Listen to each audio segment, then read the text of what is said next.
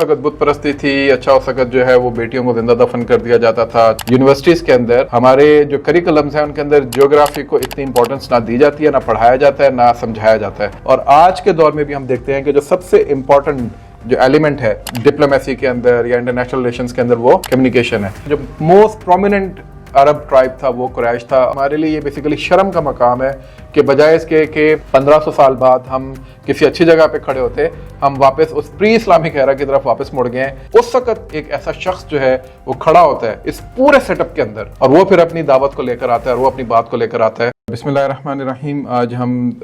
नई जो हमारी क्लास है, पहली क्लास इनफैक्ट जो है उसको हम शुरू करने लगे और पहला जो हमने एक इंटरेक्शन किया था वो बुनियादी तौर पर एक आप कह लें कि ओरिएंटेशन थी जो मैंने देने की कोशिश की थी कि हम क्यों ये कोर्स करने जा रहे हैं और किस लिए करने जा रहे हैं। शुरू हम करते हैं। पहली मैंने आप लोगों को एक असाइनमेंट दी थी। वो असाइनमेंट ये थी कि आप लोग जो पहला जो चैप्टर है अर्रहीकुल मख्तूम का उसके अंदर से यानी उर्दू के जो किताब है उसके अंदर से तकरीबन 55 पेजेस तक मैंने कहा था, यानी पेज नंबर 55 तक, और जो अंग्रेज़ी की किताब थी उसके पेज नंबर 22 तक आप लोगों ने रीडिंग करनी थी। Because whatever we are going to talk about today वो उसी के इर्द गिर्द वो सारी बात घूम रही होगी, तो उसको हम लोग जो है वो यहाँ पे डिस्कस करेंगे। तो इस चीज़ को जो है वो हम स्टार्ट करते हैं। अगर कोई मुझे बता सके कि अर्रहीकुल मख्तूम का मतलब क्या है और इसका कॉन्टेक्स्ट क्या है। मैंने ये भी कहा था कि आप लोग ज़रूर मुझे बताइएगा, तो वो अनम्यूट करके तो ज़रा बताएं, फिर हम आगे चलते हैं। मुनीबा रासिक, आप अगर कुछ बताना चाहें। जी अस्सलाम वालेकुम। मुझे शोर है तो मैं चैट में लिख के आपको बता देती हूँ। ठीक है, ठीक है। अच्छा जी, इसके ऊपर मैं दोबारा से सजेस्ट करूंगा बिफोर आई मूव फॉरवर्ड, आप इसको ज़रूर पढ़ें जाके। मैं तो इस पर थोड़ा सा एक आपको यहाँ पे कॉन्टेक्स्ट दे दूंगा, लेकिन ज़रूरी ये है कि अगर आप इन क्लासेस को और इन मामलात को सीरियस लेना चाहेंगे तो उसमें कोशिश कीजिएगा कि जिन जार्गन्स को या जिन टर्मिनोलॉजीज़ को मैं कहूँ कि उसको ज़रूर आप लोग एक्सप्लोर करें तो उसको कीजिएगा, क्योंकि उसकी वजह यह है कि इसके साथ साथ आपको समझ में आती जाएगी कि कॉन्टेक्स्ट क्या है इन सारी चीज़ों का। तो वो तमाम चीज़ें जो हैं वो फिर आपको एक पैराडाइम जो है वो समझ में आना शुरू होगा। अच्छा यार, ये सारी बात जो हो रही है वो क्यों हो रही है। काशिफ ने जैसे बात की कि अर्रहीकुल मख्तूम जो है ये बेसिकली कुरान की एक आयत है। उस आयत में से ये एक टर्म है जो कि इस्तेमाल हुई है जन्नत के अंदर जो मशरूब पेश किया जाएगा उसके हवाले से है। जो मुहर बंद मशरूब होता है और उसकी जो मुहर होगी वो मस्क की यानी मुश्क की होगी। तो एक बहुत ही पाकीज़ा जो एक मशरूब होता है उसके लिए ये जार्गन इस्तेमाल होता है। यानी जो जन्नत का एक मशरूब है जो कि मुहर बंद है, जो कि सील्ड है, इसलिए इसको सील्ड नेक्टर भी कहा गया है अंग्रेज़ी के अंदर इस किताब को। तो रसूलुल्लाह सल्लल्लाहु अलैहि वसल्लम की सारी हयात मुबारक जो है ये बेसिकली एक सील्ड नेक्टर के तौर पे हमारे लिए हमें पेश की गई है, ताकि इसके अंदर से हम जो है वो फिर अपने लिए मामलात जो है उनको चुनें और उनसे अपने आप को एनर्जाइज करें, उससे अपनी ज़िंदगी को संवारें और उसके अंदर से लेसन्स को लेकर आगे की तरफ चल पड़ें। तो ये कॉन्टेक्स्ट था इस सारे मामले का। अच्छा जी, कॉन्टेक्स्ट के ऊपर हम जब बात आते हैं तो एक जो एक हमने कॉन्टेक्स्ट सेट करना है इस पूरे कोर्स का, उसके अंदर जाहिर है हमें ये देखना है कि जब रसूलुल्लाह सल्लल्लाहु अलैहि वसल्लम आए थे तो उस वक़्त क्या हालात थे उस वक़्त पूरी दुनिया के, ना सिर्फ अरब के बल्कि पूरी दुनिया के, और जियोपॉलिटिकली उस वक़्त क्या मामलात चल रहे थे, एम्पायर्स कौन कौन सी थी, अरब्स जो थे वो ख़ुद किस हालत के अंदर थे। हम उसको ज़ुबान ज़द आम में या जो एक आम जिस तरीके से हम बात करते हैं उसमें बात होती है कि जी कि ये इट इज़ मोर लाइक ज़माने जाहलियत हम उसको कहते हैं, या एज ऑफ इग्नोरेंस की बात होती है। लेकिन उस ज़माने जाहलियत के अंदर वो तो हमारा एक ज़ाहिर जार्गन है जो कि हम लोग इस्तेमाल करते हैं, लेकिन एक्चुअली उस सारे मामले के अंदर उस वक़्त क्या मामलात थे। उस वक़्त रोमन्स कहाँ पे खड़े हुए थे, पर्शियंस कहाँ पे खड़े हुए थे, मिस्र की जो हुकूमत थी वो क्या कर रही थी, उससे पहले जो है वो अरब जो थे वो इनसे कितने डिटैच थे या कितने अटैच थे, इसके साउथ ईस्ट वेस्ट नॉर्थ में क्या मामला सारा चल रहा था। तो ये तमाम चीज़ें जो हैं ये हम लोग जो है वो इसके अंदर साथ साथ डिस्कस करेंगे। तो उसका जो एक हमने कॉन्टेक्स्ट है उसको जब हम यहाँ पे सेट करेंगे तो उससे थोड़ा सा अंदाज़ा होगा कि व्हेन प्रॉफिट सल्लल्लाहु अलैहि वसल्लम केम तो उसकी सिग्निफिकेंस क्या थी उस सारे माहौल के अंदर, उस सारे मामले के अंदर। तो एक है कि अच्छा उस वक्त बुत परस्ती थी, अच्छा उस वक्त जो है वो बेटियों को जिंदा दफन कर दिया जाता था, अच्छा उस वक्त जो है वो जंगें बहुत होती थी, ट्राइबल लड़ाइयाँ बड़ी होती थी, जो कि अरब कॉन्टेक्स्ट के अंदर हम अपनी दीनियात की, इस्लामियात की किताबों के अंदर पढ़ते भी रहते हैं। लेकिन उसका ओवरऑल ह्यूमैनिटी के ऊपर क्या मामला था वो अनफॉर्चुनेटली थोड़ा सा हम मिस करते हैं। तो ज़्यादातर जो हमारा फोकस होता है वो सोशल इश्यूज़ की तरफ होता है, जो कि राइटली सोचो कि होना भी चाहिए, क्योंकि ज़ाहिर है सबसे ज़्यादा एक आदमी जो एक इंसान रह रहा होता है वो अपने एक सोशल स्ट्रक्चर के अंदर रह रहा होता है। तो उसके अंदर जो तकसीम थी, उसके अंदर जो एक डिस्पैरिटी थी सोशल स्ट्रक्चर के अंदर, उसके ऊपर हमें बहुत ज़्यादा सुनने को और पढ़ने को मिलता है। लेकिन दुनिया के अंदर जो एक उस वक़्त मामलात थे कि वो जो सोशल स्ट्रक्चर अरब का था, क्या वैसे ही सोशल स्ट्रक्चर उस वक़्त पर्जिया में भी था? क्या वैसे ही सोशल स्ट्रक्चर मिस्र और रोम में भी था? क्या उस वक़्त वो जो आपस में एक दूसरे से उनके मामलात थे वो किस किस्म के थे? एग्रीमेंट्स किस तरह वो करते थे? वो अरब्स को कैसे देखते थे? अरब्स उनको कैसे देखते थे? तो इस सारे मामले को जब हम समझेंगे, थोड़ा सा कॉन्टेक्स्ट सेट कर लेंगे, तो हमें अंदाज़ा होगा कि किसी भी सीरत की किताब के अंदर भी और वैसे भी तारीख़ की किसी भी किताब के अंदर इस तरह के मामलात में उस पर्टिकुलर जगह के बारे में, उस पर्टिकुलर जियोग्राफी के बारे में जानना और उधर की डेमोग्राफी के बारे में जानना कितना ज़रूरी होता है। Until you will not understand that background, you will not be able to understand के सिग्निफिकेंस क्या थी उस एक वाक़े की जो कि उस वक़्त हुआ, जिसको हम रसूलुल्लाह सल्लल्लाहु अलैहि वसल्लम की नबूवत से ताबीर करते हैं। तो प्री इस्लामिक जो अरेबिया है उसके ऊपर हम थोड़ी सी बात करेंगे। एक फ्रेगमेंटेड सोसाइटी जिसका कोई सेंट्रल सिस्टम नहीं था। ऑल्सो जो हमें कहा जाता है, ये बताया जाता है, वो ये है कि कुरैश जो थे वो शायद एक सेंट्रल एलिमेंट के तौर पे जो हिजाज के अंदर मौजूद थे। लेकिन ये आप आगे जाके पढ़ेंगे भी, देखेंगे भी कि उनका जो किरदार था वो, इसमें कोई शक नहीं है कि कुरैश को वहाँ पे बहुत ज़्यादा अहमियत हासिल थी। लेकिन उसमें जो उनका किरदार था वो over the period of time वो इस तरह का हो चुका था कि जिसमें रिचुअलिस्टिक एलिमेंट ज़्यादा था और गवर्नेंस एलिमेंट कम था। यानी रिचुअलिस्टिक एलिमेंट ये था कि काबा के निगहबान वो लोग थे, तो उस वजह से हज के इंतजाम, उम्रे के इंतजाम और मक्का के आसपास के जो मामलात थे वो ज़रूर देखते थे। लेकिन उससे बाहर के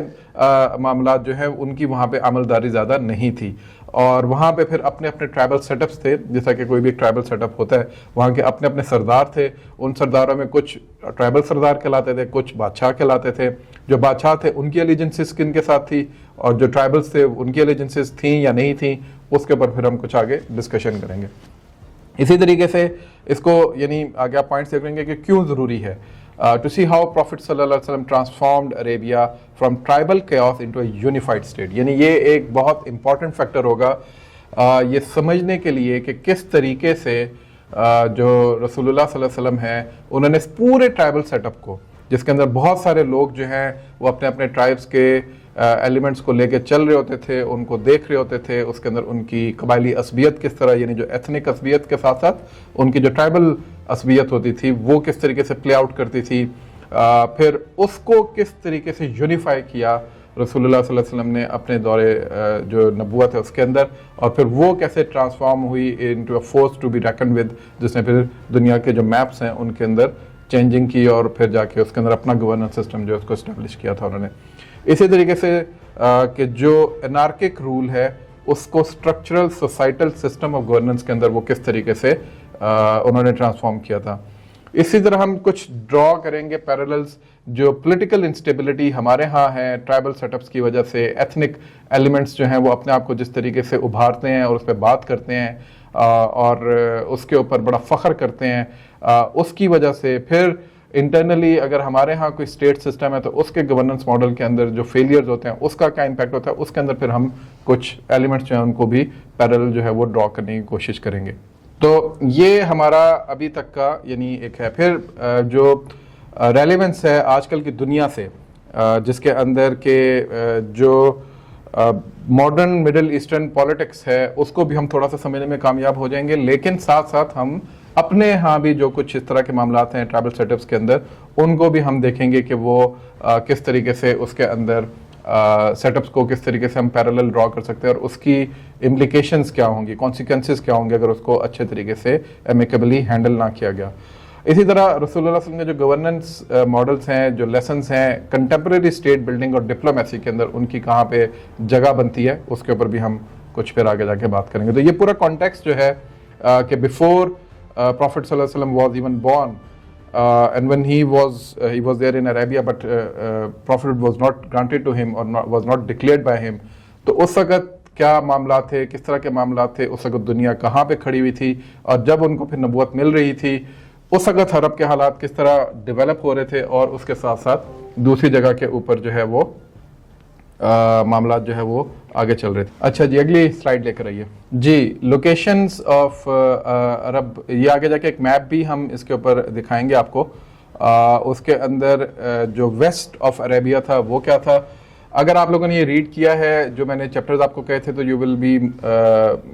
एबल टू अंडरस्टैंड कि मैं इधर इस वक्त कहाँ पे क्या बात कर रहा हूँ। लेकिन अगर आपने नहीं पढ़ा तो फिर भी मैं आपको दोबारा आपको सजेस्ट करूँगा कि इस लेक्चर के बाद दोबारा से इसको जाके ज़रूर पढ़िएगा, ताकि आपको अंदाज़ा हो कि बेसिकली हम क्या बात कर रहे हैं। नाउ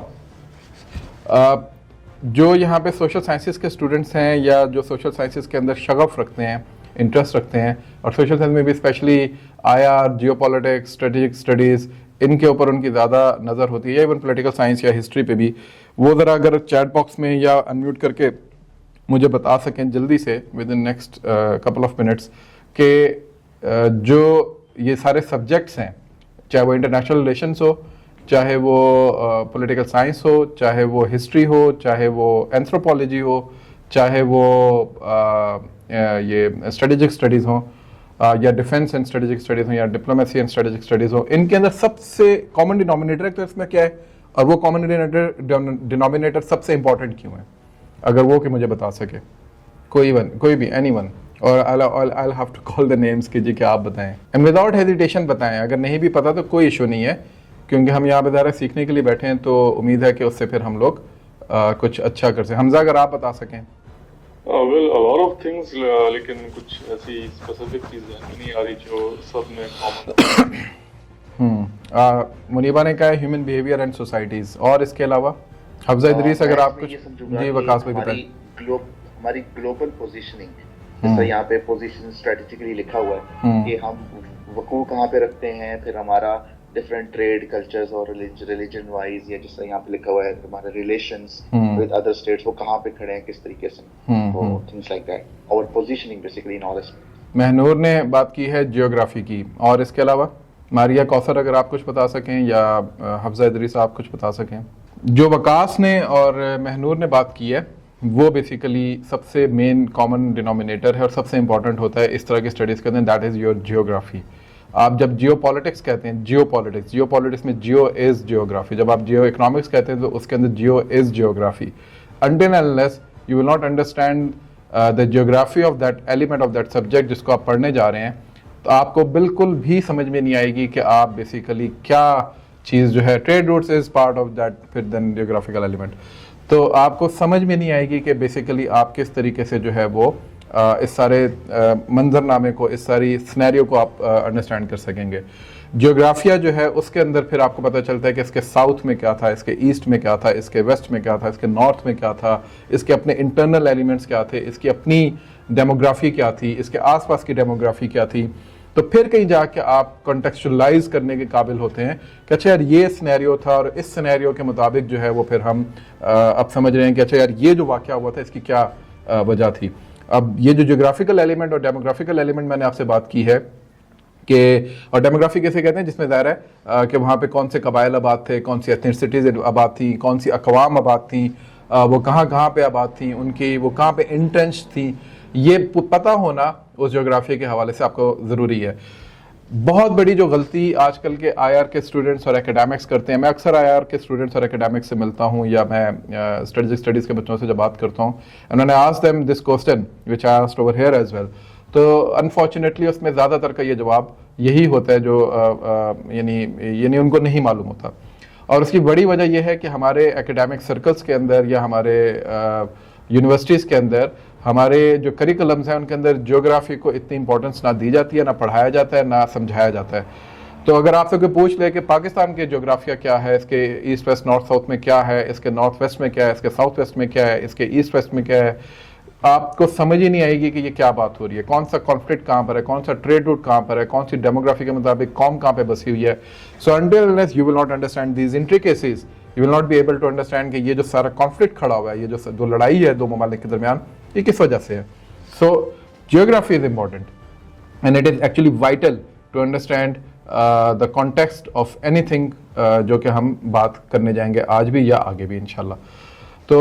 اس وقت کا جو جغرافیہ تھا عربین پیننسولا کا, وہ پھر یہاں پہ ہم نے ڈسکس کیا, اس کو ہم نے لکھا ہے. یہ اس جو 55 پیجز یا 22 پیجز اگر سیل نیٹر آپ پڑھ رہے ہیں, اس کے اندر یہ تھوڑا سا انہوں نے اس کو بیان کرنے کی کوشش کی ہے, اور ہم نے اس کو یہاں پہ سمرائز کر دیا ہے کہ ویسٹ میں, ویسٹ آف عربیہ یعنی جو جس کو آپ حجاز کہتے ہیں, اس کے ویسٹ میں ریڈ سی اور سینائے کا جو ڈیزرٹ ہے وہ موجود تھا. اس کے ایسٹ کے اندر عربین گلف تھا, اس کے ساؤتھ میں عربین سی تھا, اور اس کے نارتھ میں سیریا اینڈ عراق تھا. سیریا اینڈ عراق کو بھی اگر آپ چھوڑ دیں تو 3 سائڈ سے, بلکہ سیریا اور عراق والی سائڈ بھی جو تھی, یہ جو عربین پیننسولا تھا یہ اوور آل صحرا کے اندر جو ہے یہ اس کے اگر آپ کہیں گے باؤنڈری جو لائن تھی وہ اس کے ڈیزرٹس تھے, اور اس کی وجہ سے یہ پریکٹیکلی جو ہے دنیا سے ایک الگ تھلگ جگہ تھی.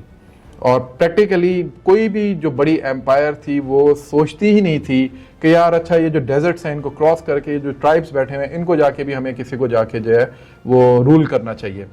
سو یہ اللہ تعالیٰ نے ایک نیچرلی ان کو ایک پروٹیکشن دی تھی, ایک پروٹیکٹیو شیلڈ دے دی تھی, جس کی وجہ سے جو دنیا میں اس وقت تخت و تاراج ہو رہے تھے,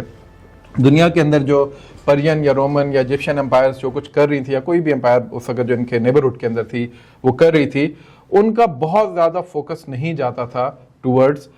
دیز ایلیمنٹس جو کہ اس ڈیزرٹ شیلڈ کے باہر بیونڈ بیٹھے ہوئے تھے. تو جو ریچ آؤٹ کر بھی لیتے تھے وہ ظاہر ہے جو سیریا اور عراق کے اندر جیسے جو والی بیٹھے ہوئے تھے وہ لوگ اپنی ایلیجنسز جو ہے وہ اس وقت کے پرینز یا رومن امپائرز کے ساتھ کر لیتے تھے, اور انہی کو پھر جو ہے وہ بادشاہ کا لقب بھی ملتا تھا, جس کے اندر آپ آل غسان کا بھی جا کے پڑھیں گے آگے, اور عراق کے سائڈ پہ بھی آپ لوگ جا کے پڑھیں گے آگے کہ کس طریقے سے وہ ایلیجنسز اپنی کریٹ کرتے تھے, جس میں سے آخری گورنر جو تھا پرجیا کا وہ بازان تھا, جس کو خسرو پرویز نے حکم دیا تھا کہ تم جس نے مجھے خط لکھا ہے محمد صلی اللہ علیہ وسلم اس کو گرفتار کر کے لو, بٹ دیٹ پرسن ایکچولی وہ اس میں آ گیا تھا, اس نے اسلام قبول کر لیا تھا آخر میں جا کے. خیر, تو یہ جیوگرافیہ جو ہے آپ کو سمجھ میں آئے گی کہ اس وقت عرب جو ہیں ان کا اپنا مزاج کیوں اس قسم کا تھا, اور وہ کیوں باہر کی دنیا سے جو صرف چند ایک لوگ جو ان کے ٹریڈرز باہر جاتے تھے, اس کے علاوہ باقی عرب دنیا جو تھی وہ کیوں الوف تھی یا اتنی زیادہ ان کی جانکاری نہیں تھی باہر کی دنیا سے, اور ان کے اپنے انٹرنل سیٹ اپس کے اوپر باہر کی دنیا کے اتنے اثرات کیوں نہیں تھے. تو اس اگر آپ میپ کو سمجھیں گے آگے جا کے تو آپ کو اس کا جواب مل جائے گا. اسی طرح ٹیرین کریکٹرسٹکس کیا ہیں, تو ڈیزرٹ تھا, بیرن لینڈ تھا, بہت زیادہ کوئی ایگریکلچرل ایلیمنٹ وہاں پہ موجود نہیں تھا زیادہ تر. آپ ہم سب کو معلوم ہے, یہ ایک نون فیکٹر ہے کہ وہاں پر کھیتی باڑی سے زیادہ جو یہ ہورڈز جو ہیں جانوروں کے, ان کو بیسیکلی جو ہے غلے جو ہیں ان کے اوپر زیادہ فوکس ہوتا تھا. اونٹوں کے غلے کا, جو باقی جانور ہیں ان کے غلے رکھنا اور اس کی پھر ٹریڈ کرنا, اور اس سے ظاہر پھر کپڑے کی بھی ایک تجارت جو ہے وہ بھی نکلتی تھی چمڑے کی. تو وہ ساری چیز جو ہے وہاں پر زیادہ مشہور تھی, لیکن ایگری بیسڈ اکانومی ان کی نہیں تھی. اسی طریقے سے فورن انویژن, جیسے میں نے کہا کہ ہارش جیوگرافی تھی, ایک ڈیزرٹ شیلڈ موجود تھی, تو اس کی وجہ سے فورن انویژنس جو ہے وہ نہیں تھی. اور ابھی ہم آگے ڈسکس کریں گے کہ یہ کتنا امپورٹنٹ تھا اس زمانے کے اندر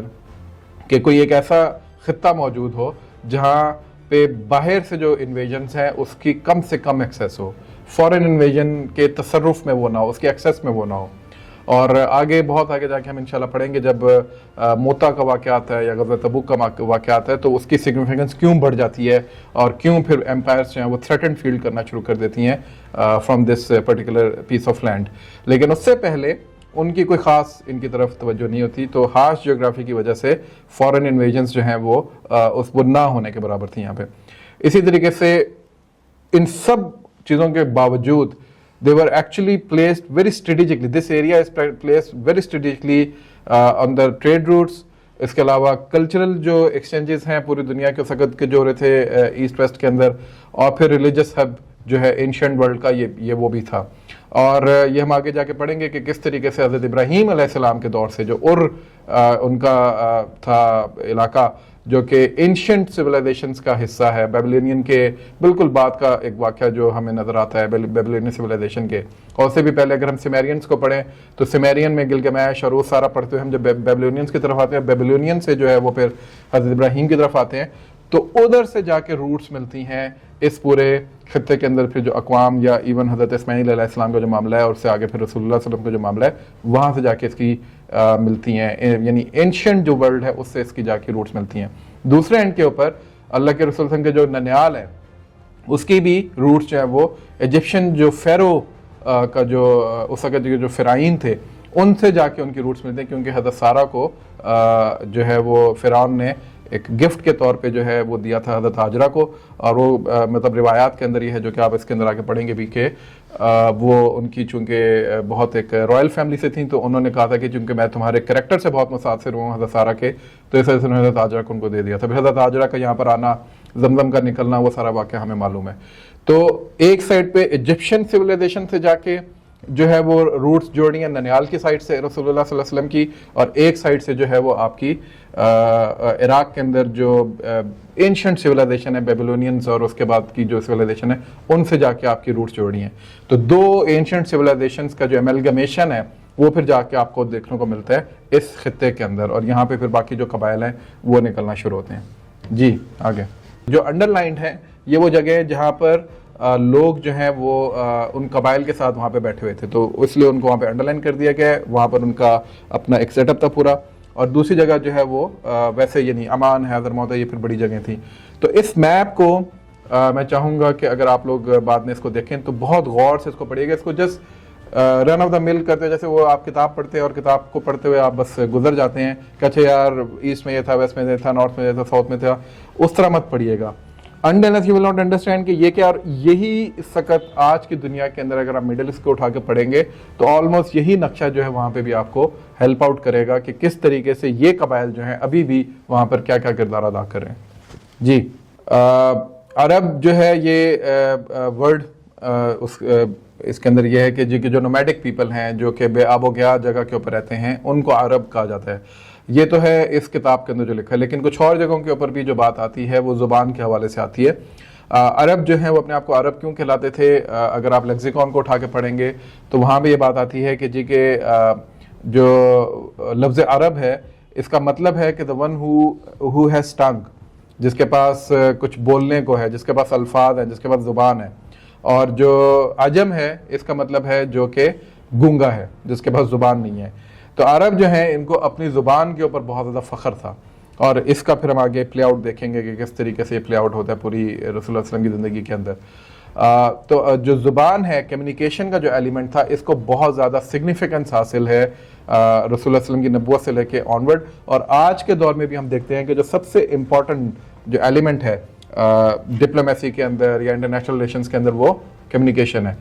تو کمیونیکیشن کو جو ماسٹر کر لیتا ہے وہ پھر جو ہے اپنے نیریٹو کو, اپنے آئیڈیاز کو, اپنی چیزوں کو, اپنی پرسیپشنز کو کس طریقے سے وہ پرپیچویٹ کرنے میں کامیاب ہو جاتا ہے, وہ ہمیں اس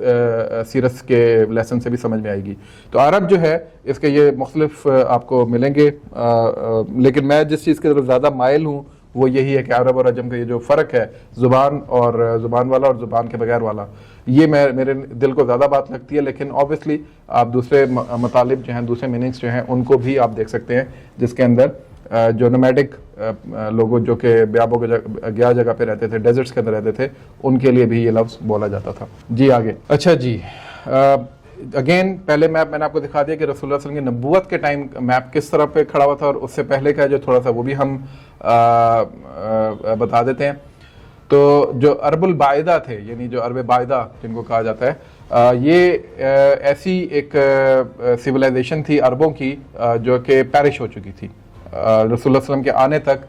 ان کا نام و نشان جو وہ مٹ چکا تھا, اور ان کے کچھ جو ایلیمنٹس جو کھنڈرات ہیں وہ کچھ جگہوں کے اوپر موجود تھے, جس کے اندر عاد کی قوم تھی, سمود کی قوم تھی, تسام کی, جدیس کی, املاک کی. تو یہ جتنے بھی ہے ان کے قرآن کے اندر بھی ان کے اوپر کچھ کے اوپر تو صورتیں بھی ہیں قرآن کے اندر, یہ وہ قومیں تھیں, اقوام تھی جن کا عربوں سے ڈائریکٹ تعلق. اب یہ دیکھیں جو میں آپ کو تھوڑی دیر پہلے بات بتا رہا تھا کہ عرب کا مطلب صرف یہ نہیں تھا جو حجاز کے اندر لوگ بیٹھے تھے, بلکہ ان کے اینشنٹ سویلائزیشنل کنیکشنز آپ کو نظر آتے ہیں उस वक्त के पूरे मिडल, जो आज का मिडल ईस्ट का मैप देखते हैं ना, उसके अंदर ये हर जगह पे मौजूद थे। तो जहां जगह ये जहां मौजूद थे उनका कहीं ना कहीं अरब जो सिविलाइजेशन है उससे ही ताल्लुक था। ये उस बात को भी निगेट करते आगे जाके जो हम अभी अब इस वक्त अरब वर्सेस जूस वाला जो एक पूरा एलिमेंट है उसको देखें, नहीं बनी इसराइल का जो मामला है और फिर अरबों का जो मामला है उसमें भी ये जाके प्ले आउट होती है चीज़ आगे। तो इसलिए भी इस चीज़ को समझना ज़रूरी है कि अरब जो हैं वो उस ज़माने में जियोग्राफिकली कहाँ कहाँ स्प्रेड आउट हुए थे और उसके मुकाबले में जो बनी इसराइल के बाकी कबाइल थे वो कहाँ कहाँ पे स्प्रेड आउट हुए थे और वो कहाँ पे इंट्रेंच हुए थे। अच्छा जी, उसके बाद फिर प्योर अरब्स जो हैं वो कौन हैं? वो अरब अरबा, जो कि कहतान एक यमन के अंदर एक इलाका है, वहाँ से आज भी कहतानी कबीला जो है ये मौजूद है सऊदी अरेबिया के अंदर भी और उसके आसपास के इलाकों के अंदर भी। बड़ा असर रसूख वाला कबीला है। इसके अंदर से बहुत सारे बड़े बड़े स्कॉलर्स भी निकले हैं, लेकिन इसके अंदर से एक बहुत बड़ा, जिसको हम आगे जाकर डिस्कस करेंगे, एक बहुत बड़ा फितना भी निकला है। तो उसको भी हम जब डिस्कस करेंगे तो यू विल अंडरस्टैंड कि इस कबीले की क्या इंपॉर्टेंस है। लेकिन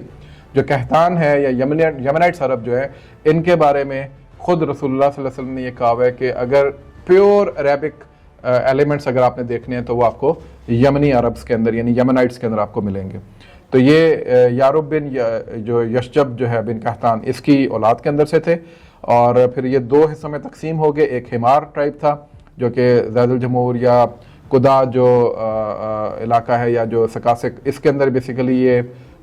तकसीम हुए। और फिर कहलान ट्राइब्स थे जिनके आगे फिर ये कुछ हमने रखे हुए हैं आगे, और इनके भी आगे आप जाके देखेंगे कि ये जितने नाम हमने लिखे हैं, चाहे वो जुदाम है, अज़द है, औस है, खजरज है। औस और खजरज के बारे में तो आपने बहुत ज़्यादा पढ़ा होगा। ये वो है जो कि मदीना की साइड के ऊपर उन साइड इन इलाकों के अंदर जाके और उसके सबब्स के अंदर जाके फिर इन्होंने अपनी इंट्रेंच किया था और वहाँ पे जाके बैठ गए थे और इन्होंने फिर वहाँ पर अपनी बादशाहत भी कायम की थी। लेकिन फिर आहिस्ता आहिस्ता कुछ जंगों की वजह से और कुछ और वजूहात की वजह से उनकी वो बादशाहत जो है वो ज़वाल पजीर हुई थी। लेकिन ये इनके ट्राइब्स के जो सेटअप्स हैं ये वहाँ पे मौजूद थे। इसी तरीके से जो अरब नहीं थे लेकिन वो उधर रहने की वजह से फिर अरब कल्चर के अंदर ढल गए थे और फिर अपने आप को अरब ही कहलाते थे। वो थे अरबुल मुस्तारबा। और ये फिर प्रॉफिट इस्माइल अलैहिस्सलाम, जैसे मैंने कहा कि ये हज़रत इब्राहीम अलैहिस्सलाम की औलाद में से, तो हज़रत इब्राहीम का जो ताल्लुक़ था वो इराक़ से था, बेबीलोनियन सिविलाइजेशन से आगे का, और हज़रत सारा, हज़रत हाजरा का जो इलाका था वो मिस्र था। तो इसलिए इनको आप प्योर अरब उसके अंदर से नहीं लेकर आ रहे, लेकिन ये बाद में जाके फिर बाकायदा अरब जो आप समझते हैं कि सिविलाइजेशन है उसको जो अरूज है वो फिर इसी अरबुल मुस्तारबा की वजह से मिला। और फिर ये हज़रत इस्माइल अलैहिस्सलाम के डिसेंडेंट थे और ज़ाहिर जद अमजद जो थे इनके प्रॉफिट इब्राहीम अलैहिस्सलाम उनकी औलाद में से थे और दूसरी साइड से हज़रत सारा की औलाद, हज़रत हाजरा की औलाद में से थे। और इनकी जो ट्रेस बैक करते हैं, इनका अगर आप स्ट्रक्चर देखें तो रसूलुल्लाह सल्लल्लाहु अलैहि वसल्लम की 21वीं पुश्त के ऊपर ये अदनान के ऊपर जाके इनका जो है वो होता था। और अल्लाह के रसूल सल्लल्लाहु अलैहि वसल्लम भी जब अपना शजर नसब बताते थे तो वो अदनान के ऊपर जाके जो है वो रुक जाया करते थे। अच्छा जी, अब इधर हम एक केस स्टडी लेकर आते हैं कि कहलान ट्राइब्स की जो इसमें एक जो मैंने आपको रीडिंग दी थी जिसके अंदर ये बात है, तो उसमें कहलान ट्राइब्स जो है उनकी माइग्रेशन के ऊपर एक पूरा वाक़या है कि वो यमन से जो है वो क्यों माइग्रेट हुए। तो इसके ऊपर आप लोगों ने जो है वो ये आप इस स्लाइड को नोट कर लें और इसके ऊपर कोशिश कीजिएगा कि आप लोगों ने पढ़ना है और उसके बाद फिर आप लोगों ने मुझे बताना है कि इनका बेसिकली क्या मामला था। जो सैले आरम है, सैले आरम जो है ये बेसिकली पूरा एक वाक़या है जिसके अंदर एक बहुत बड़ा बंद जो है वो टूटा था और उसकी वजह से आसपास की जितनी बस्तियां थीं और जितनी बादशाहतें थीं इवन उनको बहुत बड़ा नुकसान हुआ था और एक बहुत बड़ी तबाही आई थी। और उसकी वजह से जो है वो फिर एक बहुत बड़ा डेमोग्राफिकल चेंज है। मैंने जैसे बताया ना कि जियोग्राफिकल और डेमोग्राफिकल चेंजिंग्स जो हैं वो किस तरीके से शेप अप कर रहे थे उस वक्त के एनवायरनमेंट को, और उसकी वजह से अरब का जो पूरा शेप अप है वो किस तरह हो रहा था, उसके अंदर सैले आरम जो है इसका बहुत बड़ा किरदार है और इसका कुरान मजीद के अंदर भी तज़किरा है। तो ये जो है ये भी आप लोगों ने देखने के मारिब डैम जो था, यानी जो बंद था मारिब, वो किस तरीके से इसके टूटना जो है उसने इसके ऊपर इम्पैक्ट किया था।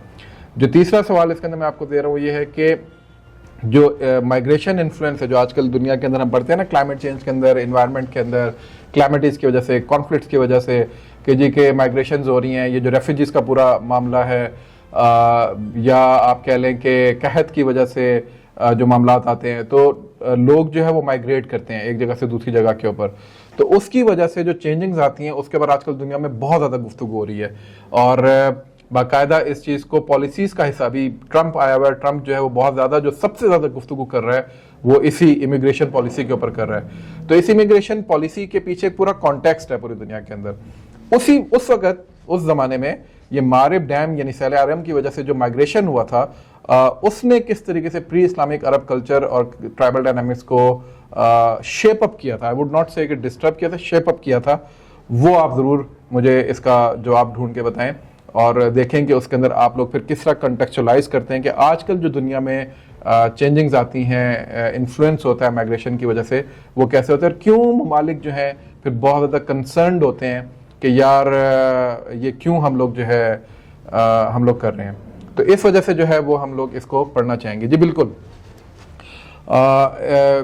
منیبہ آپ کی بات ٹھیک ہے, لیکن اس کے اندر اور بھی اقوام جو ہیں وہ بھی ہٹ ہوئی تھی اس کے اندر. تو یہ پورا ایک بہت بڑا واقعہ ہے جس کو اللہ تعالیٰ نے قرآن کے اندر بھی بیان کیا ہے, اور اس کی وجہ سے پھر جو مائگریشن ہوئی تھی towards internal side of Hijaz, اس کی وجہ سے جو شیپ اپ ہوا تھا معاملہ سارا, وہ اس کے اندر آپ کو نظر آئے گا.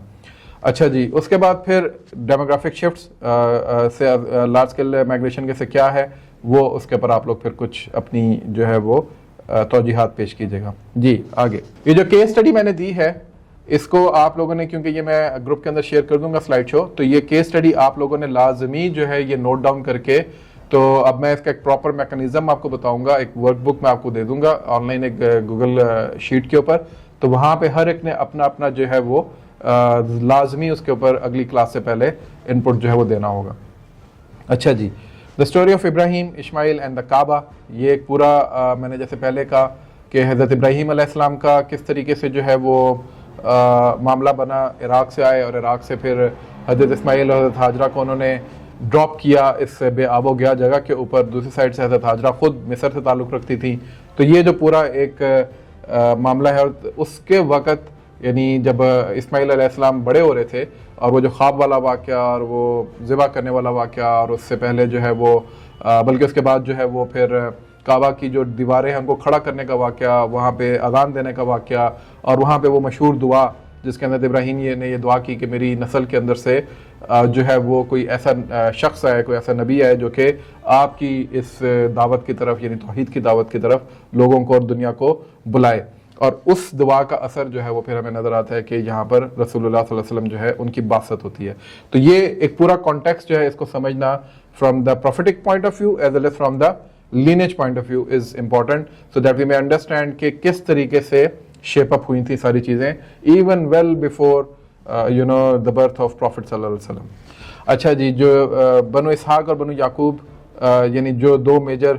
لینیجز تھیں, یہ ہمیں پتہ ہونی چاہیے. اگر کوئی اس پہ مجھے بتا سکے کہ بنو اسحاق اور بنو یعقوب کون سی دو لینیجز تھیں اور وہ کیسے آگے شیپ اپ ہوئی تھیں. یہ بہت مشہور ہے, مطلب دس از سم تھنگ جو کہ آلموسٹ ہمیں ہر دوسرے مسلمان بچے کو یہ پتہ ہوتی ہیں. So can any body tell me کہ بنو اسحاق اور بنو یعقوب کا کیا معاملہ تھا؟ نہیں معلوم. اچھا, بنو اسحاق جو ہیں یہ لکھا بھی ہوا ہے سامنے کہ جو حضرت اسحاق کے جو بچے تھے جو کہ فلسطین اور اس کے سراؤنڈنگ ریجنز کے اندر جتنے انبیاء آئے تھے وہ سارے کے سارے جو ہیں وہ اس کے اندر موجود ہیں. پھر یعقوب جو کہ چلڈرن آف جیکب کے نام رومن اس میں پہچانے جاتے ہیں, اسرائیلیٹس جن کو ہم کہتے ہیں, بنی اسرائیل جس کو ہم کہتے ہیں, وہ حضرت یعقوب کی نسل سے تھے. اور پھر تیسرے تھے بنو اسماعیل یعنی کہ حضرت اسماعیل, اور ان سے جو پھر جو وہ سیٹل جو عربیہ کے اندر تھے, اور اس سے پھر آگے جا کے صرف ایک نبی آیا حضرت اسماعیل کے بعد, اور وہ تھے رسول اللہ صلی اللہ علیہ وسلم. باقی جتنے انبیاء ہیں وہ آپ کو یا تو بنو اسحاق کے اندر ملیں گے یا بنو یعقوب کے اندر ملیں گے, لیکن ایک نبی جو ہے وہ آپ کو, ایک پروفٹ جو ہے وہ آپ کو ملے گا بنی اسماعیل کے اندر, دیٹ از پروفٹ صلی اللہ علیہ وسلم. So this is very important to understand. This also actually opens up a debate کہ کیوں وہ جو دوسری دو لینیجز ہیں جس میں سے بنی اسرائیلی ہیں اور جس میں سے باقی ہیں وہ, اور ہماری جو لینیج ہے دیٹ از بنو اسماعیل, ہم تو خیر اس لینیج میں سے نہیں ہیں لیکن ہم ظاہر اس امت میں سے ہیں, تو ان کی کیوں وہ ایک ہسٹوریکل مخاصمت ہے, اور کیوں جو ہے یہ ایک دوسرے سے نبرد آزمائیں, اور اسپیشلی بنو یعقوب کی طرف سے یعنی بنی اسرائیل کی طرف سے کیوں ایک خاص مخاصمت جو ہے وہ بنی اسماعیل کی طرف دکھائی جاتی ہے. اور یہ آگے جا کے ہم پڑھیں گے جب ہم دیکھیں گے کہ مدینہ اور اس کے آس پاس کے جو عوامل تھے وہ کیا تھے, اور اس وقت خیبر کے اندر جو لوگ بیٹھے ہوئے تھے وہ وہاں پہ آ کے کیوں بیٹھے ہوئے تھے, اور کیا ان کا مقاصد تھے اور کس وجہ سے تھے, اور پھر جب ان کے بڑے اکابرین رسول اللہ صلی اللہ علیہ وسلم سے ملنے آئے اور انہوں نے واپس جا کے کیا بات کہی. تو یہ وہ تمام چیزیں جو کہ پھر ہمیں ڈیفائن کریں گی کہ آج کی بھی جو جیو پالیٹکس ہے پوری دنیا کے اندر, آج کی بھی جتنی بھی انٹرنیشنل ریلیشنز ہے, اس کی روٹس بیسیکلی جو ہیں وہ اس ایک ایلیمنٹ کے اندر ہیں. جی چلیے آگے. اچھا جی, جو پیوٹل ایک ایونٹ ہے ہسٹری کے اندر وہ سیٹلمنٹ ہے حضرت اسماعیل علیہ السلام کی, جیسے میں نے پہلے کہا, اور اسی کی وجہ سے پھر آگے قریش کی جو لینیج ہے وہ بھی اسٹیبلش ہوئی تھی. جو میجر کی ایونٹ سے اس کے اندر ظاہر ہے حضرت ہاجرہ کو, حضرت اسماعیل کو وہ چھوڑ گئے تھے حضرت ابراہیم, اور اس کا پورا ایک واقعہ ہے وہ آپ لوگوں نے اس کے اندر پڑھا ہوگا. اور پھر اس کے بعد زمزم کا واقعہ ہوا, ڈیوائن انٹرونشن ہوئی.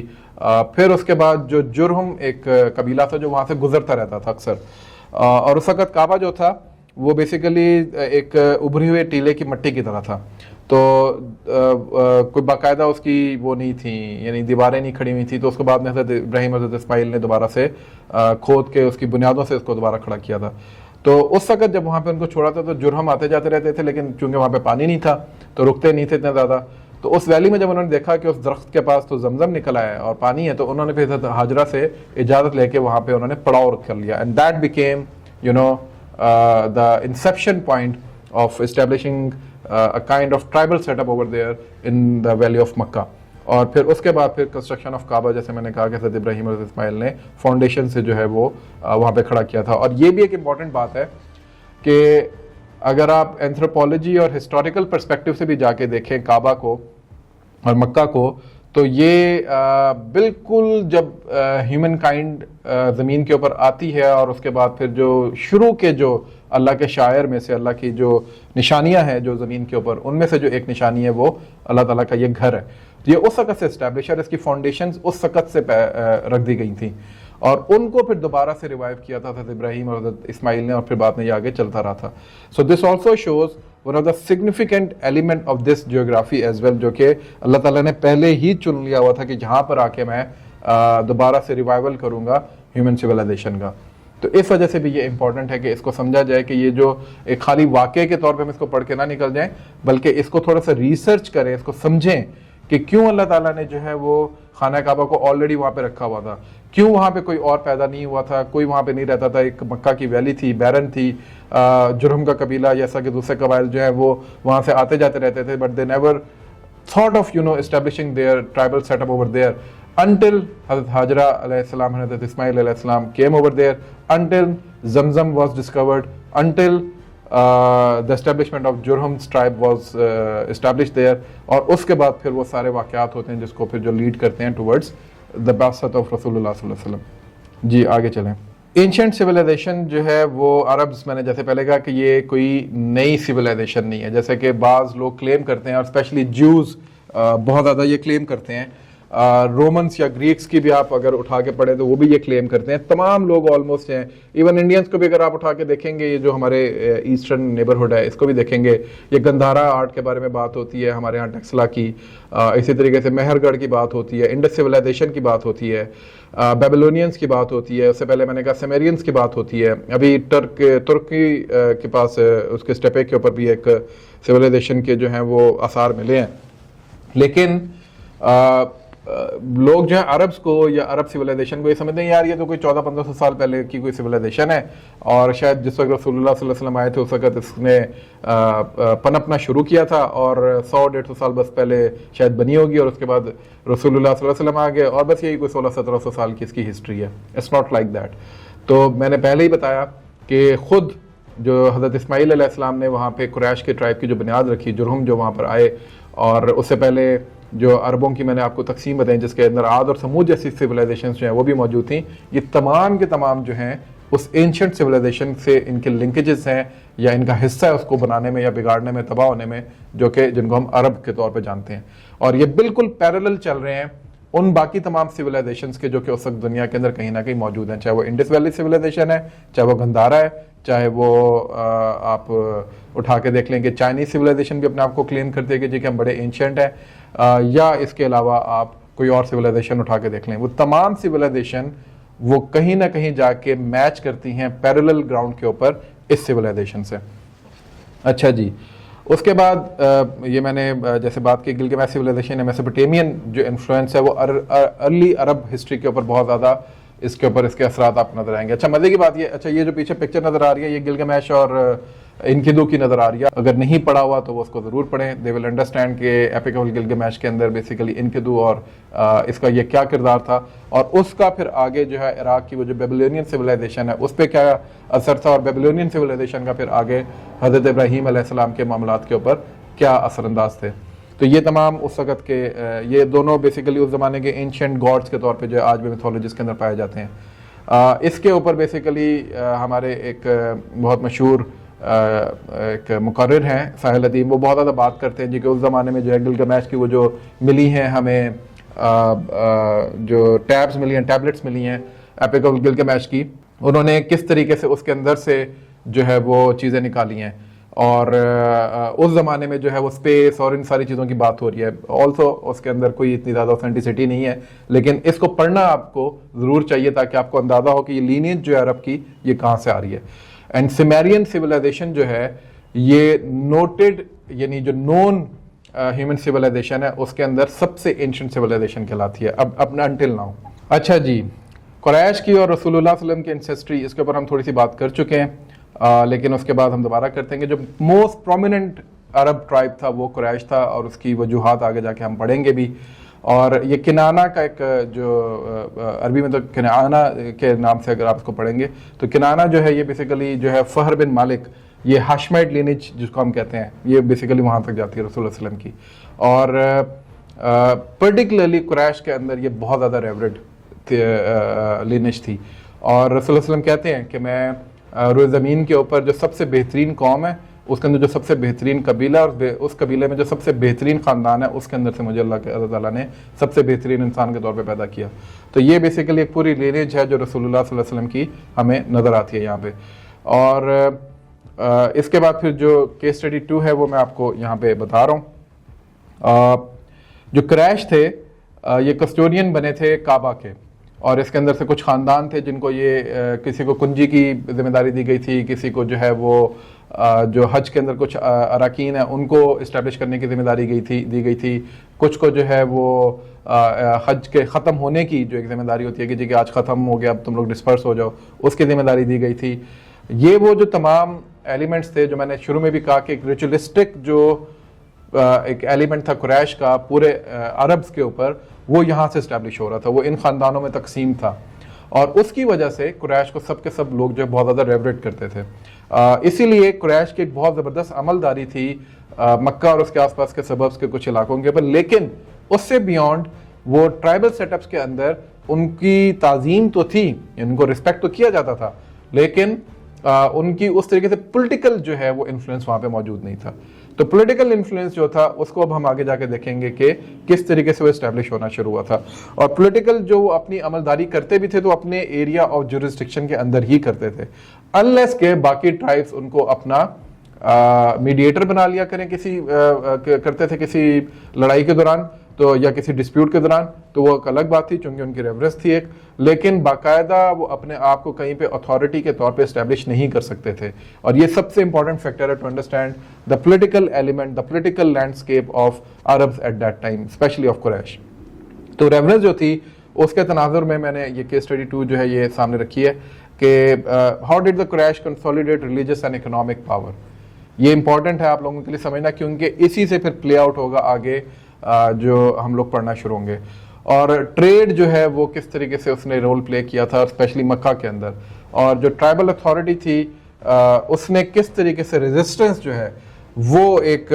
इस्टेब्लिश की थी जब इस्लाम का ज़हूर हुआ था, जब रसूलुल्लाह सल्लल्लाहु अलैहि वसल्लम को नबूवत मिली थी। तो इस ऑलरेडी एक इस्टेब्लिश पॉलिटिकल एंटिटी ने, जो उससे पहले सिर्फ एक रिलीजियस एंटिटी थी, वो किस तरह ट्रांसफॉर्म हुई एकदम रिलीजियो पॉलिटिकल एंटिटी के अंदर, और उसने फिर एक रेजिस्टेंस जो है वो कायम की इस्लाम के सामने। ताकि उसको वो पुश बैक कर सके, उसको किस तरीके से आप लोग समझते और देखते हैं, इसके ऊपर भी आप लोगों ने करना है। लेकिन ये वाली जो केस है, स्टडी है, इसको आप बेशक थोड़ा सा टाइम लेके जो है वो सबमिट कीजिएगा, क्योंकि इसके अंदर आपको थोड़ा सा टाइम लगेगा समझने में कि पॉलिटिकल एलिमेंट जो है, यानी उससे पहले सिर्फ एक रिलीजियस एस्टेब्लिशमेंट थी, लेकिन कैसे वो रिलीजियो पॉलिटिकल एलिमेंट बना उसका, वो आप लोग फिर इसके अंदर समझ सकेंगे। जी आगे। अच्छा जी, रसूलुल्लाह सल्लल्लाहु अलैहि वसल्लम की लीनेज जो है वो क्या थी? हज़रत इब्राहीम अलैहिस्सलाम, फिर हज़रत इस्माइल, अदन, माद, निज़ार, मुदार, कुसै, और जो कुरैश का जो लीडरशिप जिसने बेसिकली की थी, और इसका पूरा एक वाक़या कुसै जो है, इसको आप ज़रूर पढ़ें, क्योंकि अनटिल अनलेस कुसै डिड नॉट कम, उस वक़्त तक जो है वो कुरैश जो है उनको कोई बहुत ज़्यादा सिग्निफिकेंस नहीं मिल रही थी मक्का के अंदर। बट व्हेन ही केम, तो इसने फिर आके जो है वो एक लीडरशिप मॉडल जो है वो कुरैश का वहाँ पे इस्टेब्लिश किया, और इसने ऑलमोस्ट जितने भी मुखालिफ कबाइल थे जो कि उससे पहले मक्का के ऊपर अपनी अमलदारी रखते थे या हिजाज के ऊपर अपनी अमलदारी रखते थे, उसको इसने पुश बैक कर दिया था और उनको सबड्यू किया था और अपने सामने झुकने पे मजबूर किया था। उसके बाद फिर हाशमाइट यानी हाशिम, फिर अब्दुल मुत्तलिब, अब्दुल्ला, और फिर रसूलुल्लाह सल्लल्लाहु अलैहि वसल्लम। जी आगे चलिएगा। अच्छा जी, एक जो अरब इस्लाम से पहले था, ये सिविलाइजेशन ऑन ब्रिंक क्यों लिखा है हमने? एक तो ये कि आइसोलेटेड रीजन तो नहीं था, ऑब्वियसली ये जो ग्लोबल सुपर पावर्स आसपास थी उनकी नज़र तो थी इस एरिया के ऊपर, वो इन्वेड नहीं कर पाते थे बिकॉज ऑफ द सिविलाइजेशन, वो डेजर्ट शील्ड जो जियोग्राफी थी, लेकिन बहरहाल उनको इसके स्ट्रेटेजिक, मैंने जैसे कहा ना, ट्रेड रूट्स जो हैं वो उसमें से उस पर बहुत ज़्यादा इंपॉर्टेंस थी इसकी, तो उस वजह से ग्लोबल पावर जो थी वो अपनी कोई ना कोई एक इन्फ्लुएंस यहाँ पे रखती थी। इसीलिए आप देखेंगे कि एक साइड पे रोमन्स ने कुछ बादशाहों की एलिजेंस ली हुई थी, अरब बादशाहों की, और एक साइड के ऊपर पर्जियंस ने जो है वो कुछ एलिजेंस ली हुई थी। और जो वेस्टर्न अरेबिया था, हिजाज और मक्का और मदीना, उसमें कुरैश जो है वो कंट्रोल करते थे ट्रेड और इकोनॉमी को, जो कि फ्लोरिश करी थी वहाँ पे। और काबा जो था वो इकोनॉमिकल और स्पिरिचुअल दोनों का पावर का सेंटर था उस वक्त। नॉर्दर्न अरेबिया जो था, जो गसनाइट्स जहाँ पे थे, जिसमें जो हमने आले गसान की जो मैंने बात की, या लखमी जो कबाइल थे वहाँ पे, उन्होंने बेसिकली क्रिश्चियन अरब्स थे ये लोग, और इन्होंने, और अरब्स की जब हम बात करते हैं तो अरब में सिर्फ आइडोलेटर्स नहीं थे, वहाँ पे क्रिश्चियंस भी थे, वहाँ पे ज्यूज भी थे, वहाँ पे इवन पारसी और पर्शियंस को जो ज़ोरेटोरियंस को जो थे मानते थे वो भी थे, तो वो भी आपको इसमें नजर आएगा। तो जो क्रिश्चियन अरब थे उन्होंने एक बफर स्टेट जो है वो बैजेंटाइन एम्पायर और पर्शियन एम्पायर के दरमियान बनाई थी, आले गसान इनको कहा जाता था, और इन्होंने अपनी एलिजेंस दी हुई थी रोमन्स को, यानी बैजेंटाइन एम्पायर को। जो सदर्न अरेबिया था, यमन और जो हदरमाउत का जो इलाका था, जो आपने मैप पे भी देखा होगा, ये बेसिकली पर्शियन जो है उनका था, और जो एंशिएंट अरब ज्यूइश किंगडम्स जो हैं वो वहाँ पे मौजूद थी। अगर आपको याद हो तो जो अब्रहा का वाक़या है जिसमें सूरह फील जो उतरी है, उसका भी पूरा एक एलिमेंट जो आपको यहीं से नज़र आएगा। उसके बाद फिर ईस्टर्न अरेबिया जो है, बहरीन, ओमान और हेरा का जो इलाका है ये, और ये आगे जाके जब हम पढ़ेंगे, स्पेशली जब रसूलुल्लाह सल्लल्लाहु अलैहि वसल्लम के दौर के फ़ौरन बाद जो एक्सपीडिशंस होना शुरू हुई थी, उसमें इन इलाकों का, और ये जितने भी हम इलाके यहाँ पे पढ़ रहे हैं, इनका क्या किरदार था जोग्राफिकली, यहाँ पे किस तरीके से मुसलमानों ने इनको जाके सबड्यू किया था, और इसको ऊपर अपनी एम्पायर को इस्टेब्लिश करते हुए फिर वो आगे लेके गए थे, और ये मेजर ट्रेड रूट थे उस ज़माने के। उसके बाद फिर नजद और सेंट्रल अरेबिया, ये एक पूरा इलाका था जिसमें बदवी ट्राइब जो थे वो रहते थे, और ये ज़्यादातर लॉलेस थे, और जो हम ज़माने जहालियत की बहुत ज़्यादा बातें सुनते हैं ना, बच्चों को जिंदा दफन कर देने वाली, छोटी छोटी बात के ऊपर भड़क उठना, और असबियत के ऊपर तलवारें निकाल लेना, और कत्ल गारत करना, वो ज़्यादातर इस किस्म के जो बदवी ट्राइब थे वो ये करते थे। ये जो ऊपर वाले ट्राइब हैं, ये बड़ी इंपॉर्टेंट चीज़ मैं आपको बताने लगूँ, यहाँ पे भी जहालियत की बहुत ज़्यादा चीज़ें मौजूद थीं, लेकिन ये जो बच्चों को जिंदा दफन करने वाली बातें, छोटी छोटी बात के ऊपर लड़ भिड़ जाना, कत्लो गारत कर देना, ये इन ऊपर वाले ट्राइब्स में कम था, लेकिन कम था। यहाँ पर फिर भी आपको सिविलाइजेशनल एलिमेंट्स नजर आते हैं, ट्रेड नजर आती है, इकोनॉमी नजर आती है, रिलीजियस एलिमेंट्स नजर आते हैं। हत्ता के एक वाक़या है कि कुछ बदवी ट्राइब जो थे वो उस ज़माने में जब काबा के अंदर हज करने आते थे या उमरा करने आते थे और तवाफ़ करते थे, तो वो बिल्कुल बरहना होकर करते थे ऑलमोस्ट, उसमें औरतें भी होती थी और उसमें मर्द भी होते थे। तो जो कुरैश थे या जो उधर के एस्टेब्लिश बड़े ट्राइब्स थे वो इस चीज़ को मना तो नहीं करते थे, और यही उनकी जहालियत थी, लेकिन वो इसको अच्छा भी नहीं समझते थे। तो ये आपको समझना चाहिए। इसी तरह बच्चों का जिंदा दफन करना भी कुरैश और इस तरह के जितने कबाइल थे उसके अंदर अच्छा नहीं समझा जाता था, लेकिन वो उसको मना नहीं करते थे, और यही उनकी जहालियत थी कि वो इस जहालत के ऊपर आंखें बंद कर लिया करते थे। جو دوسری سائڈ پہ جو بدوی ٹرائب تھے ان کے اندر ہر قسم کی خرافات پائی جاتی تھی. تو یہ وہ زمانہ جاہلیت کے وہ پرومیننٹ ایکٹرز ہیں جنہوں نے بعد میں ریزسٹنس بھی بہت دکھائی رسول اللہ صلی اللہ علیہ وسلم کو. جی آگے چلیے گا. جو پولیٹیکل سسٹم تھے پری اسلامک عربیہ کے اندر وہ کیا تھے؟ جو رولرشپ اور پرنسشپ تھی یہ باقاعدہ وہاں پہ موجود تھی. یمن کے اندر جو ہے پرین بیک ڈائنیسٹی تھی، یہ میں نے آپ کو پہلے بتا دیا. ہیرا کے اندر جو ہے وہ ایک ویسل کنگڈم تھی جو کہ اگین پرجینز کے ساتھ ان کی ایلیجنس تھی. تو ساؤتھ آف عربیہ جو آپ دیکھیں گے وہ سارا کا سارا پرجین اینڈ کے اوپر، یعنی اس وقت کی جو سپر پاور تھی پرجیا، ایران، اس کے ساتھ اس کے تھے. سیریا کے اینڈ کے اوپر آپ کو نظر آئے گا جو غسنائڈ عرب یا جو اہل غسان تھے وہ رومن رول کو انہوں نے اپنا دیا ہوا تھا ایلیجنس. حجاز جو مکہ اور مدینہ تھا کوئی سینٹرلائز گورنمنٹ نہیں تھی لیکن قریش کا اوبویسلی یہاں پہ معاملہ موجود تھا. مدینہ کے اینڈ کے اوپر جیوز موجود تھے، انہوں نے اپنی ایک انٹرنچ کی ہوئی تھی پاور، اور ساتھ اوس اور خزرج اور اس کے دوسرے قبائل تھے. لیکن اس سائڈ کے اوپر قریش اور اس کے آس پاس کے جتنے قبائل تھے، لخمی قبائل تھے یا باقی قبائل تھے، وہ وہاں پہ موجود تھے. جو پین عربیہ گورننس سسٹم تھا وہ فریگمنٹڈ تھا. ظاہر ہے ہر ٹرائب کا اپنا اپنا ایک رول تھا، ہر ٹرائب کا اپنا اپنا ایک معاملہ تھا. لیکن بہرحال یہ پھر بھی اپنے بڑے معاملات کے اندر جو اسٹریٹجک معاملات ہوتے تھے اس کے اندر قریش کی طرف ضرور دیکھتے تھے. پھر باقی یہ کہ چونکہ ٹرائبل سیٹ اپ تھا، اور یہی آپ کو آج کل کے دور میں بھی نظر آئے گا، جو ٹرائبل سیٹ اپ ہوتا ہے اس کے اندر کنشپ کے اوپر جو ہے وہ الائنسز بنتی ہیں، اس کے اوپر خون کے اوپر، ایتھنیسٹی کے اوپر، اس کے اوپر یہ کہ میرا باپ کون تھا، تمہارا باپ کون تھا، میرا دادا کون تھا، آپ کا دادا کون تھا، اس کے اوپر جو وہ سارا بات بنتی ہے. اور آج بھی آپ دیکھیں کہ ہمارے ہاں یہ معاملات کہاں کہاں پائے جاتے ہیں. اسپیشلی پاکستان کے کیس کے اندر آپ کو نظر آ رہا ہوگا کہ اس وقت ایتھنک بنیادوں کے اوپر جو ہے وہ سارا معاملہ چل رہا ہے. تو انفیکٹ یہ جو سارا معاملہ ہے ایتھنیسٹی کا، ایتھنو جسے آپ کہتے ہیں کہ جو ایتھنو سینٹرک ایلیمنٹس ہیں وہ بیسیکلی پری اسلامک ایرا کے اندر آپ کو زیادہ نظر آتے ہیں. اور اسلام نے انہی چیزوں کو آ کے جو ہے وہ یونیفائی کر دیا تھا، اس کیوس کو ختم کیا تھا. اور ہم دوبارہ سے اسی چیز کی طرف جا رہے ہیں. تو آج کل آپ کو پنجابی اور پشتون کی لڑائی نظر آتی ہوگی، پنجابی اور بلوچ کی لڑائی نظر آتی ہوگی، بلوچ اور سندھی کی لڑائی نظر آتی ہوگی، یا بلوچ اور پنجابی کی لڑائی نظر آتی ہوگی، کشمیری اور گلگتی کی بات نظر آتی ہوگی، اینڈ دین پاکستانی اور افغان کی نظر آتی ہوگی، افغان اور عربس کی نظر آتی ہوگی. سو آپ کو یہ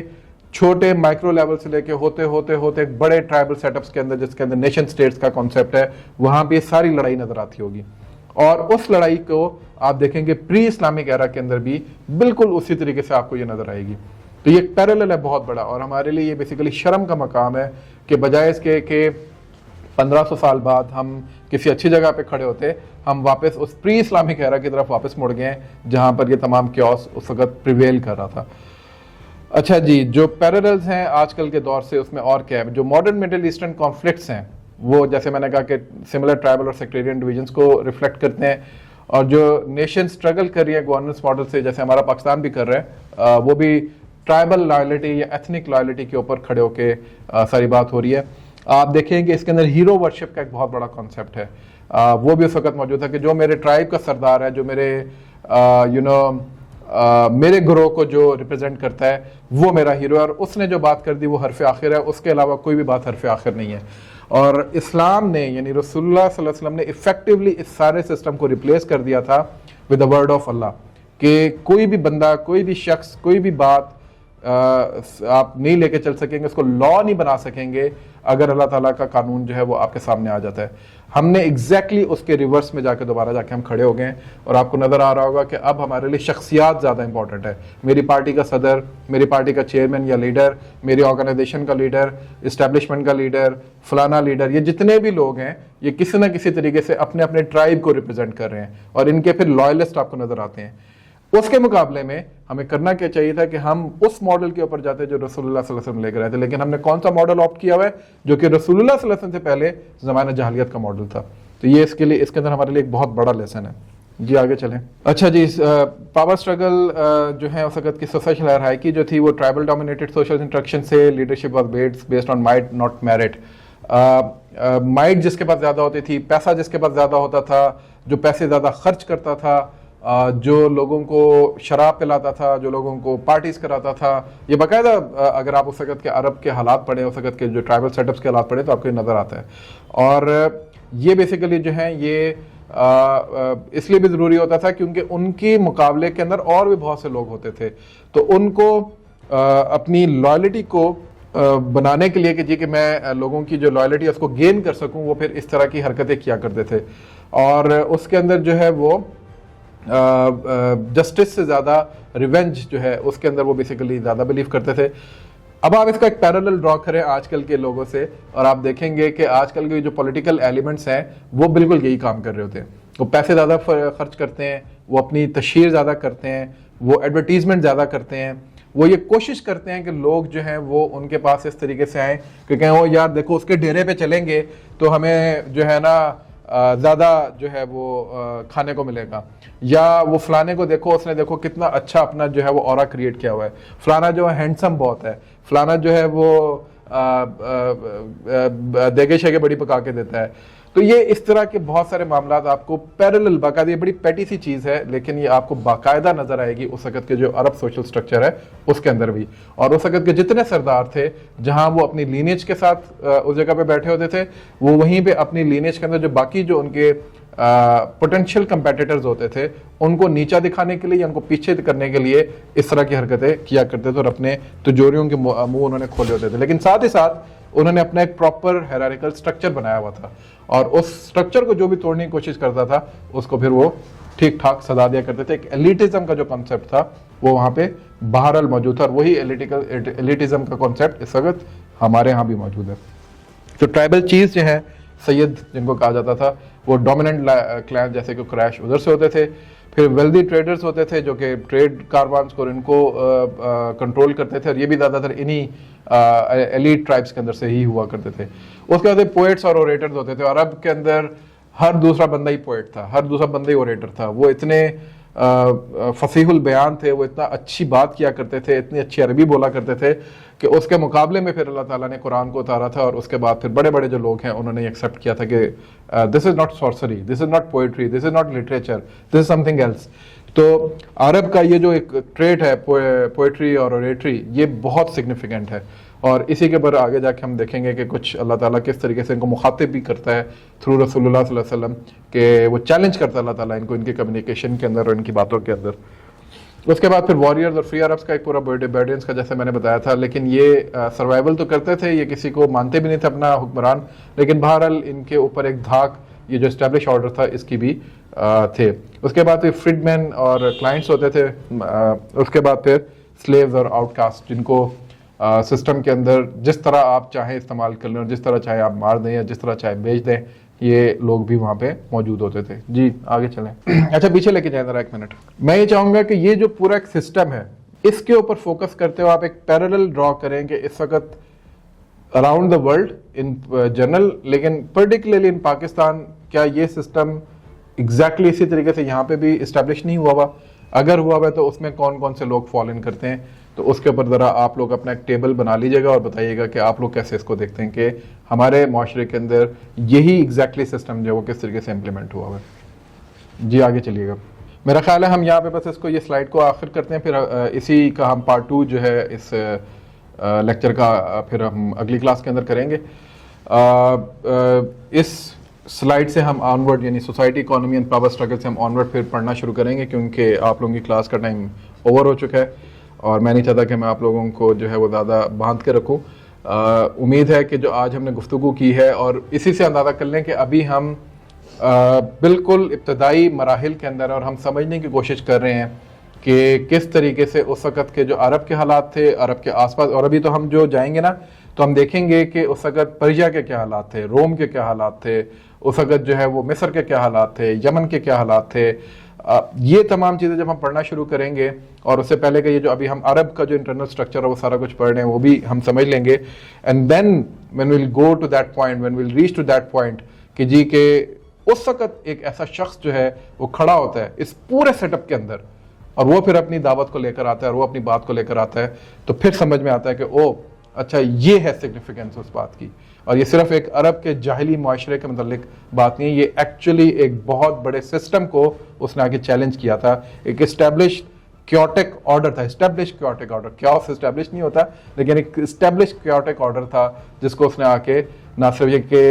उलट पुलट करके रख दिया बल्कि उसकी जगह एक बड़ा यूनिफाइड, बड़ा स्मूथ सिस्टम जो है वो दुनिया को देकर गए। तो इसलिए भी ये बहुत सिग्निफिकेंट है and that is why I am taking time over here. And that is why it is important to understand कि जी के ये तमाम हालात उस वक्त किस तरह शेप अप हो रहे थे. So will conclude this class over here today इंशाल्लाह, और उसके बाद फिर हम अपनी अगली क्लास जो है वो इंशाल्लाह हम करेंगे ट्यूसडे को, और बल्कि हम इसको वेडनेसडे को रखते हैं ताकि आपके पास ये जो 2 केस स्टडीज़ हैं इन पे काम करने का टाइम मिल जाए. तो वेडनेसडे को we will reach out each other again. मैं टाइम उसके अंदर ग्रुप के अंदर भेज दूंगा और दोबारा हम लोग इसके ऊपर बात करेंगे इंशाल्लाह. केस स्टडीज़ के हवाले से स्लाइड्स जो हैं वो मैं दोबारा भेज दूंगा. जहाँ तक आज स्लाइड्स हमने पढ़ी हैं वो भी मैं स्लाइड्स ग्रुप में भेज दूंगा. कुछ रीडिंग जो एलिमेंट्स है वो भी मैं भेज दूंगा, और उसके साथ साथ मैं आपको कुछ वीडियोस जो हैं और कुछ और रेफरेंसेस वो भी ज़रूर भेजूंगा ताकि आप उनको गो थ्रू कर लें अगर आपको इस चीज़ को थोड़ा सा और एक्सपेंड करके समझने की ज़रूरत हुई. आज के लिए इतना ही. बहुत अपना ख्याल रखिएगा. कोई क्वेश्चन अगर हो क्विकली तो आप बेशक पूछ लें, otherwise you can ask the questions in the group और in private to me as well इंशाल्लाह. अपना ख्याल रखें. अस्सलाम वालेकुम.